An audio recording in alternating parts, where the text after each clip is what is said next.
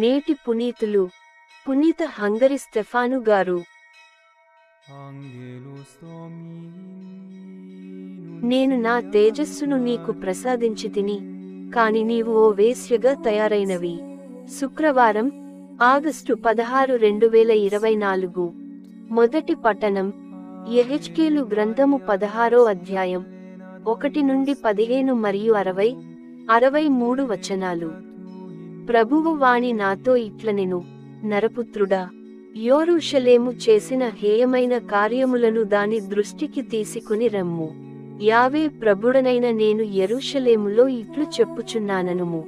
నీవు కనాను మండలమున జన్మించితివి. నీ తండ్రి అమోరీయుడు, నీ తల్లి హిత్తీయురాలు. నీవు పుట్టినప్పుడు ఎవరును నీ బొడ్డును కోయలేదు, నిన్ను స్నానము చేయింపలేదు, నీ చర్మమునకు ఉప్పురుద్ది నిన్ను పొత్తిగుడ్డలతో చుట్టలేదు. ఎవరును నీపై దయచూపి ఈ పరిచర్యలు చేయలేదు. నీవు జన్మించినప్పుడు ఎవరును నిన్ను అనురాగముతో చూడక బయటి పొలమున వదిలివేసిరి.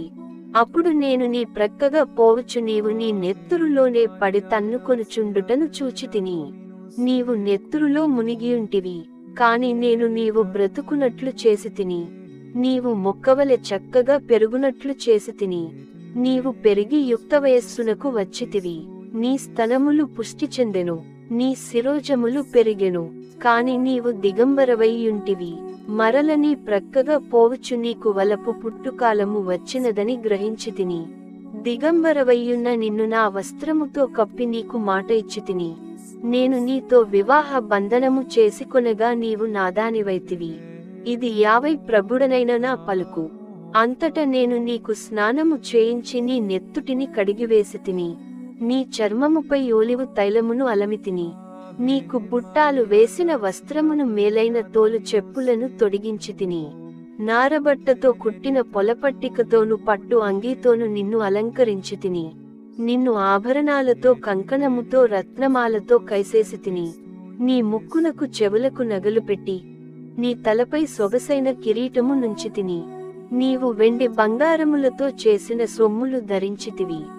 బూట్టాలు వేయించిన నారబట్టలను పట్టుబట్టలను తాల్చితివి. మేలిరకపు పిండితో చేసిన రొట్టెను తేనెను ఒలివ తైలమును భుజించితివి. సాటిలేని సొగసుకత్తెవైతివి.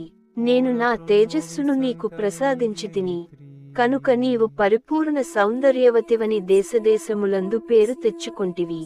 ఇది యావే ప్రభుడనైన నా వాక్కు. కాని నీ సౌందర్యము వలనను కీర్తి వలనను నీకు తల తిరిగినది.